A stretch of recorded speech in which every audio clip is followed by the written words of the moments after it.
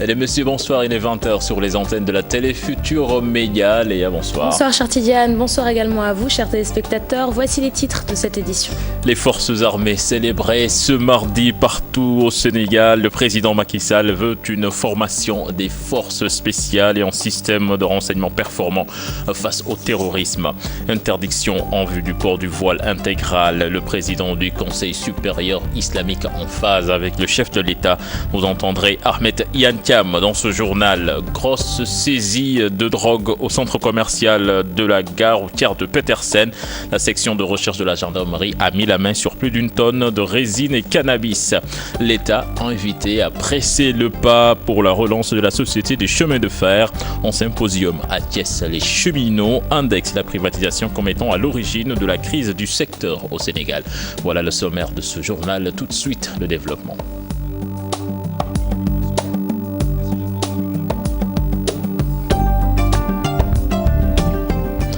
Bienvenue à toutes et à tous. La 12e journée dédiée aux forces armées a vécu ce mardi au camp d'El Diop. Le président Sall, qui a présidé la cérémonie, s'engage à améliorer leurs conditions de vie. Mais également à réadapter la formation des forces spéciales qui doivent aujourd'hui plus que jamais faire face au terrorisme. Retour sur la cérémonie de la 12e journée des forces armées avec Mame Biram Diouf et Thierno Laurent Mendy. Discipline, rigueur, loyauté et patriotisme, les forces armées honorées face aux défis sécuritaires. La tâche s'annonce encore rude mais noble et les moyens pour y parvenir seront dégagés, promet le chef de l'État. J'entends mettre à la disposition des forces armées les moyens nécessaires pour remplir ces missions avec chaque jour plus d'efficacité. Occasion pour le chef de l'État d'insister sur l'esprit d'anticipation qui doit guider les actions des Djambars. Ces forces obscurantistes mènent contre le monde libre une véritable guerre totale au sens militaire du terme. En effet, elles tuent, mutilent, détruisent ou paralysent les appareils de production. Pire, ayant à l'évidence lu le grand stratège chinois Sun Tzu, elle s'attaque à l'essence même de notre être. Le commandement militaire appelé à développer un système de renseignement performant et aux populations de faire de la culture sécuritaire leur affaire et la formation dans tout ça. J'encourage la poursuite de la formation des forces spéciales en leur dotant des équipements les plus modernes et en les mettant dans les meilleures conditions d'existence. Ces types d'unités, du fait de leur souplesse d'emploi et de leur capacité à agir dans la profondeur, sont nécessaires dans le combat décentralisé. Incarner toutes les valeurs de votre devise « On nous tue, on ne nous déshonore pas », appel lancé par le président Sall à l'endroit des promotions d'écoles militaires de santé, l'école nationale des officiers d'active et l'école des officiers de la gendarmerie nationale. Et la journée des forces armées également célébrée à Ziguinchor. La production de drogue et le trafic illicite de bois, principaux sujets abordés par les autorités militaires et les civils. La cérémonie s'est déroulée au Comzone, une zone militaire à Ziguinchor. Boubacar Diassi était sur place. Dans la région de Ziguinchor, la célébration de la journée des forces armées a été une occasion saisie par le colonel Fulgence Ndour pour rappeler le talon d'Achille de cette partie du pays. Aux menaces traditionnelles bien connues, se sont ajoutées d'autres menaces sécuritaires. Il s'agit du trafic de drogue à grande échelle, de l'exploitation illicite des ressources. Le président de la République, en faisant de la lutte contre le trafic illicite de bois une priorité, avait instruit les armées et la gendarmerie nationale d'y contribuer efficacement afin de mettre un terme définitif à l'exploitation sauvage de nos espaces forestiers. Cette situation est d'autant plus réelle dans la région de Ziguinchor que nous avons la certitude que ces défis ne pourront être facilement relevés que si l'ensemble des forces de défense et de sécurité appréhendent bien les actions complémentaires de soutien qu'elles doivent mener ensemble et les unes envers les autres. Pour mieux cerner ces fléaux, le gouverneur Ibrahima Sakho, lui, a prodigué ses conseils aux forces de sécurité et de défense. Je vous exhorte donc tous les chefs militaires et des unités paramilitaires à préserver dans ces dynamiques très positives. Après la partie protocolaire, un court défilé est organisé, suivi d'une visite des stands des différents corps militaires et paramilitaires. Boubacar Diassé, l'armée jouit toujours d'une bonne réputation chez les jeunes et pour diverses raisons. Ils sont en effet nombreux à vouloir œuvrer pour la sécurité de leur nation. Maïmouna Ndiaye et Diafar Abba ont rencontré ces jeunes. Reportage. Sidi Diop a toujours rêvé de rejoindre les rangs de l'armée, un vœu qui ne s'est pas finalement réalisé. La cause, il a atteint la limite d'âge. Je pense tellement à l'armée tout simplement parce que ça forme la jeunesse. Difficile de trouver du travail au Sénégal.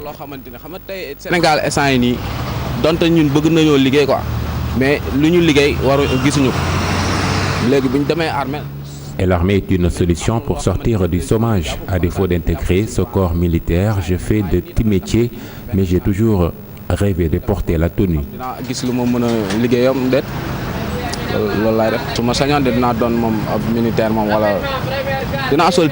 Cet élève en mécanique, lui aussi, voulait devenir un jour militaire, mais son entourage ne lui a pas laissé saisir l'opportunité.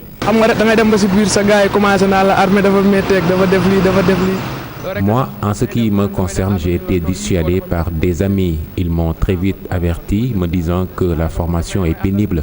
C'est pourquoi j'ai laissé tomber, malgré moi.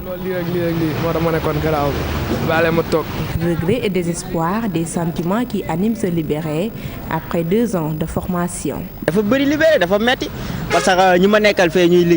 Je travaille avec beaucoup de jeunes qui ne sont plus dans l'armée. On en parle très souvent, ce n'est pas évident. Et le plus dur dans tout ça, tu perds 2 années après tout. Et après, le seul métier qu'on peut exercer, c'est travailler comme agent de sécurité.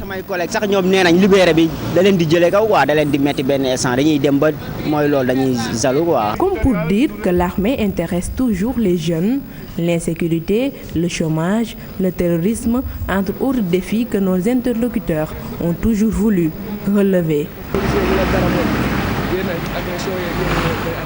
Et puis hier, lundi, lors d'un panel de haut niveau, le chef de l'État s'est prononcé sur le port intégral du voile au Sénégal, une pratique qui selon lui ne correspond pas aux coutumes de notre pays.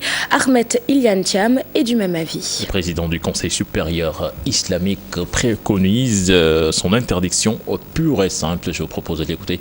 Il est interrogé par Chérif Dia et Ibou Cissé. J'ai bien entendu, je l'ai bien écouté, le président. Il a parfaitement raison. Et il l'a dit tel que l'enseignement islamique l'a dit. Il y a la situation d'aujourd'hui dans le monde, et surtout en Afrique. Il y a des faits qui recommandent aux musulmans, aux hommes sur la terre, il y a des faits, des circonstances qui recommandent aux hommes aujourd'hui de prendre des décisions efficaces pour parer à la destruction que certains hommes préconisent, la destruction même de la vie. Et surtout la destruction de l'État islamique ou de l'enseignement de l'islam. C'est pourquoi je suis entièrement d'accord avec le président quand il dit qu'il faudrait rééduquer les imams et il faudrait interdire le voile. Là, je suis entièrement d'accord avec lui. On va donc vers l'interdiction du port du voile intégral au Sénégal. Même si la mesure n'est pas encore officielle, les citoyens ont leur avis sur la question. Et les avis sont partagés, chère Tidiane. Si certains approuvent la position du chef de l'État, d'autres estiment que le port du voile intégral est un choix personnel qui doit être respecté et toléré. Fatima Taba et Diafaraba. Après le Nigeria, le Cameroun et d'autres pays d'Afrique, c'est au tour du Sénégal de s'attaquer au voile intégral. Le président Sall n'entend pas reculer dans la lutte contre le terrorisme.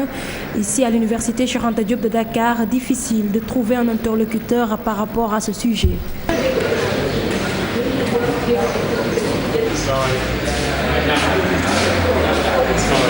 Kiné, Aïcha, deux jeunes filles en hijab apprécient diversement cette position du chef de l'État. Je pense que ces femmes en burqa exagèrent un peu dans leur habillement. Vous ne voyez même pas leur visage et ce n'est pas normal. On peut s'habiller comme le recommande l'islam, mais sans le voile intégral. Moi je dis que le président ne devrait pas interdire ça parce qu'il y a des gens qui le portent parce que c'est recommandé par la religion. Madi et Hassan, eux, sont catégoriques. Ils parlent de décision sage. C'est une décision courageuse et sage. Prévenir vaut mieux que guérir. Et c'est ce qu'il est en train de faire. Je pense que si l'Irak, si vraiment les projets de ces gens qui veulent prendre l'Irak comme base, qui veulent former un État islamique, s'ils prennent l'Irak, ils prennent la Libye, la Mauritanie, le Mali, le Niger, le Nigeria, la Mauritanie, je pense que le Sénégal, vraiment, ils n'en feront qu'une bouchée. Il est temps qu'on prenne des mesures. Beaucoup de femmes usées du voile, des actes, des kamikazes.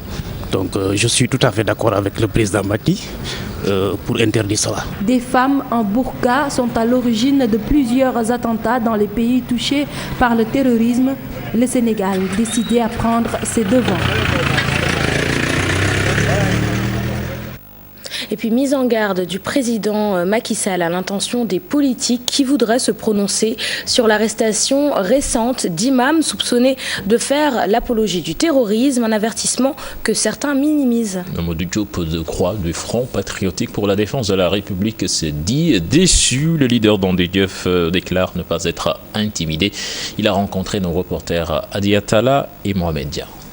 Et ça, il faut que les gens l'acceptent. Après la sortie du président Macky Sall contre les politiciens qui l'accusent d'exploiter les débats liés au terrorisme comme fonds de commerce, l'opposition rue dans les brancards et parle de sorties malheureuses. Ici au Sénégal, nous avons également des autorités religieuses. Nous avons un islam confrérique. Et ces autorités religieuses-là ont un rôle essentiel, vital à jouer dans ce domaine. Donc, c'est de ça que nous devons nous occuper. Je suis déçu. Le secrétaire général de Andé Diouf ajoute qu'il ne se sent nullement ébranlé par la mise en garde du président de la République, qu'il assimile à de l'intimidation. Les menaces ne servent à rien du tout. À strictement rien du tout. Parce que je crois que ce n'est pas la bonne formule. Au lieu donc d'avoir ce type de discours, vous essayez plutôt de menacer, de mettre en garde. Ça ne sert à rien. Selon le député, le chef de l'État ferait mieux d'impliquer toutes les forces vives pour la recherche de solutions à la menace terroriste. En général, lorsque des menaces de ce type apparaissent, on cherche plutôt à discuter avec ses adversaires, à faire partager ses préoccupations par ses adversaires politiques. On ne se met pas à les menacer. Donc je crois que là également, ce n'est pas le bon sens. Ce n'est pas la bonne direction. Mamadou Diop de Croix pense que l'heure n'est pas aux intimidations, mais plutôt à trouver les voies et moyens pour éradiquer la pauvreté au Sénégal. Adi Atala, je vous le disais en sommaire, plus d'une tonne de drogue saisie par la section recherche de la gendarmerie, plus particulièrement de la saisine et du cannabis. Et c'est au centre commercial de la gare routière de Petersen que le démantèlement de ce réseau a été réalisé. Arrêtés, les mises en cause ont été déférées au parquet. Écoutons les explications du commandant Issa Diak. En fait, d'un réseau de trafic international de drogue, essentiellement composé de ressortissants sénégalais, mais dont les ramifications vont jusqu'au Mali et même bien au-delà. Ce produit est arrivé par le corridor Dakar-Bamako, par le biais de camions gros porteurs, avant d'être stocké dans des caches qui ont été régulièrement déplacés pour échapper à la vigilance des forces de sécurité. Cette opération qui a été réussie grâce à une fine stratégie essentiellement fondée sur le renseignement entre dans le cadre de la politique nationale de lutte contre le trafic de drogue à laquelle participent toutes les forces de sécurité. Comme vous l'avez remarqué, le haut commandement de la gendarmerie nationale ne cesse de renforcer les moyens d'action et de consolider le dispositif de riposte dans une posture proactive et anticipatrice dont l'objectif est d'installer l'insécurité dans le camp des délinquants. Et puis sans changer de sujet, coup de filet ce matin à Sédhiou où les gendarmes ont saisi 2 kilos de chanvre indien dissimulés dans un bus en partance pour Dakar. Le jeune dealer a été arrêté et la semaine dernière, ils avaient saisi 30 kg à Marsassoum. La brigade de Sédhiou poursuit l'enquête pour arrêter les complices. Bakary Kanté. La brigade de gendarmerie de Sédhiou a saisi 2 kg de chanvre indien ce matin à la gare routière de Sédhiou. Un jeune du nom d'Amadou Diémé, âgé de 23 ans, tentait d'acheminer les 2 kg sur Dakar. À bord du bus de Modou Fall, l'apprenti n'avait pas confiance en son client. C'est ainsi qu'il a signalé les gendarmes qui, après avoir fouillé les bagages du jeune dealer, ont trouvé dans un carton les 2 kg. La semaine dernière, la brigade de gendarmerie de Sédhiou avait saisi 30 kg dans le Djassi à Marsassoum. 2 trafiquants ont été arrêtés. Le trafic de chanvre indien est devenu monnaie courante dans cette partie de la région de Sédhiou. Il existe un grand réseau de trafic qui quitte le département de Bignona jusqu'à Marsassoum. La gendarmerie de Sédhiou poursuit l'enquête pour arrêter les complices. L'État doit presser le pas pour la relance des chemins de fer. La privatisation est à l'origine de la crise. Les cheminots l'ont affirmé lors d'un symposium tenu à Thiès. Le chemin de fer d'hier à aujourd'hui a fait l'objet de nos débats passionnants, comme vous allez le remarquer dans ce sujet signé Charanta Diop et Seyla Tira. Un symposium aux allures d'un meeting. Le Sutrail, affilié à la Synthèse FC, a mobilisé toutes les ressources, la famille cheminote, les experts ferroviaires, la société civile, les députés et maires de Thiès pour se pencher sur la crise à Transrail. Des observations ont été faites sur la privatisation de la société du chemin de fer. Donc vous avez vu aujourd'hui ce qui se passe à Transrail avec cette position déliquescence des rapports entre le syndicat majoritaire et la direction générale, qui est sanctionnée de mutation, d'intimidation, d'achat de conscience.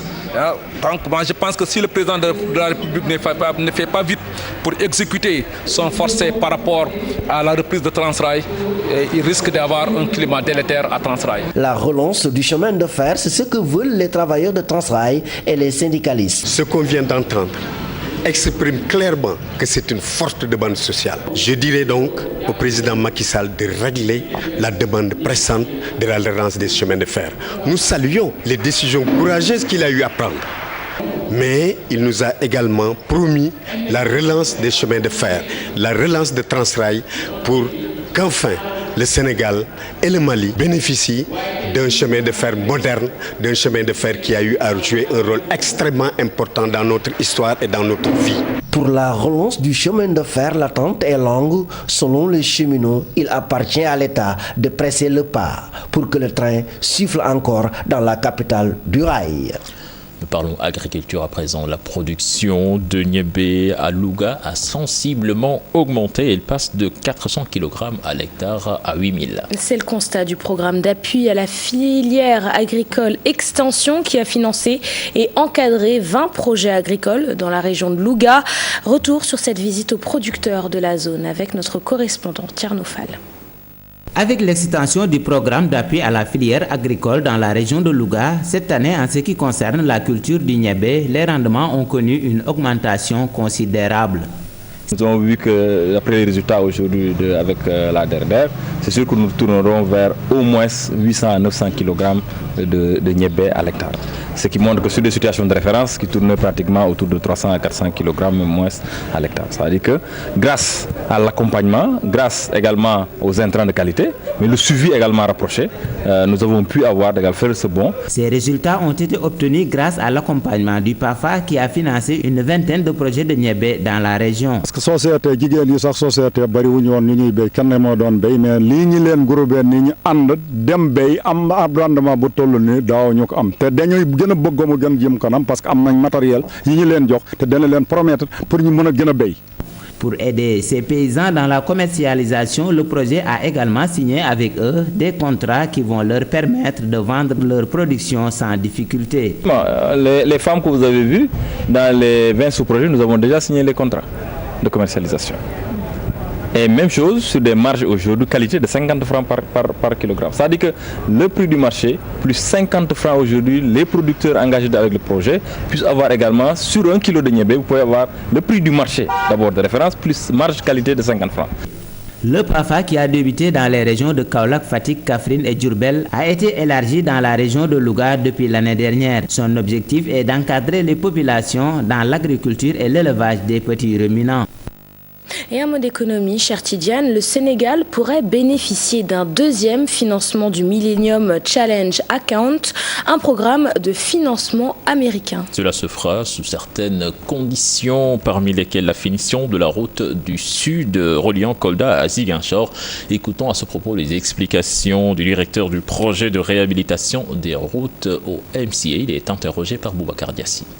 L'Ageroute est l'entité successeur pour la continuité du lot 1. Le lot 1 est réalisé à 48% et l'Ageroute va prendre le relais pour continuer les travaux. Il reste que le pays, dans sa globalité, semble être éligible pour un autre compact. Cela ne pourrait être confirmé qu'à l'issue des travaux des congrès américains qui pourraient désigner éventuellement le Sénégal. Mais pour l'heure, le Sénégal a accompli sa mission.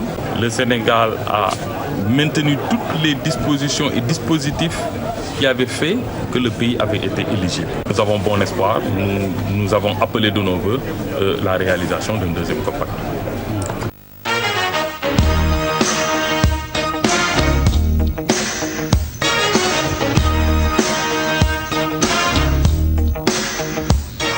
La page des sports avec du football. Les Lions du Sénégal ont rallié ce mardi Tananarive pour y disputer la phase aller des tours préliminaires de la Coupe du Monde.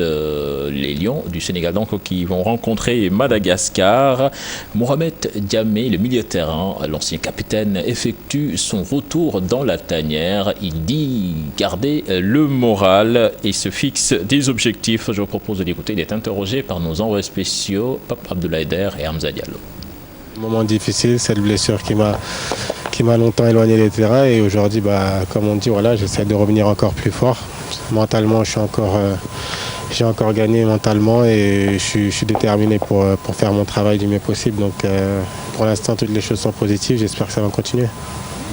Tu doutes toujours, quand il y a des blessures, tu doutes toujours, mais quand tu as des objectifs et tu fais un métier qui est formidable, que tu fais depuis des années, tu as envie d'y revenir. Et aujourd'hui, voilà, je suis déterminé pour atteindre ces objectifs que je m'étais fixés avant même d'être blessé. Dieu m'a donné de la chance de revenir sur le terrain, donc je vais essayer de faire le maximum pour pouvoir atteindre cet objectif. Annoncée en grande pompe, la confrontation entre Bombardier et Rocky Balboa peine à trouver une date. Le CNG de lutte tarderait en fait à donner à Mansour Aou, promoteur de ce combat, son feu vert. Les tractations se poursuivent donc pour la tenue de ce rendez-vous sportif. Ibou Diouf et Mohamed Diam. Un combat qui aiguise les appétits, la confrontation entre les lutteurs Bombardier et Rocky Balboa n'a pas encore trouvé de date. Les reporters de lutte restent partagés à propos des raisons avancées par le CNG. Est-ce que dans les textes du CNG, il y a ce point? Lequel point?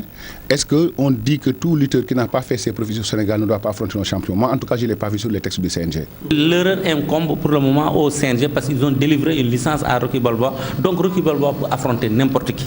Par contre, cette affaire Rocky Balboa-Bombardier peut permettre au CNG d'améliorer, comme il l'a souvent fait, d'améliorer surtout les textes pour éviter de pareilles situations. Mais je dis encore une fois, les CNG, ce sont les gendarmes de la lutte sénégalaise. Ils ont le droit de regarder sur tout ce qui se passe. La catégorisation des lutteurs dans l'arène demeure un problème entier. L'affiche Bombardier Rocky Balboa en est un parfait exemple, en plus de celui du lutteur espagnol Juan. Pour le cas Juan, ce n'est pas la même chose. Juan, il a été invité par le promoteur Gaston Mbengue pour un combat d'exhibition contre Khadim Ndiaye 2. Mais Juan et Rocky Balboa, je pense que c'est deux cas différents.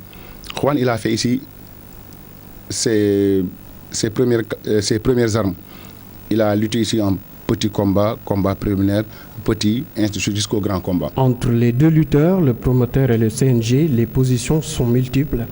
Dès lors, une concertation s'impose pour sauver ce combat. Pour sauver les meubles, c'est de dialoguer. Je pense que c'est le dialogue seul qui peut sauver le combat entre le CNG, le promoteur et les deux lutteurs. Mes doutes se fondent sur le fait, sur la déclaration du président du CNG hier, qui campe sur sa position pour dire que le combat, il s'oppose à l'organisation de ce combat. Si le CNG, s'il y a un dialogue, un cadre de concertation, je pense que le combat peut être sauvé. Parce que le CNG a besoin de promoteurs comme Mansour Aw.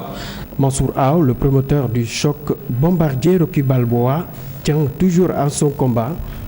L'affiche aura lieu peut-être.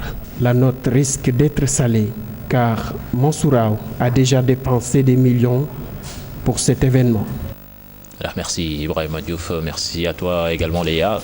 Merci cher Tidiane, à demain. Le prochain rendez-vous pour l'information, ce sera à 0h avec le tout en image. Mais en attendant, on vous laisse avec Chérif pour la suite de la permanence. Bonsoir Chérif. Bonsoir cher Tidiane.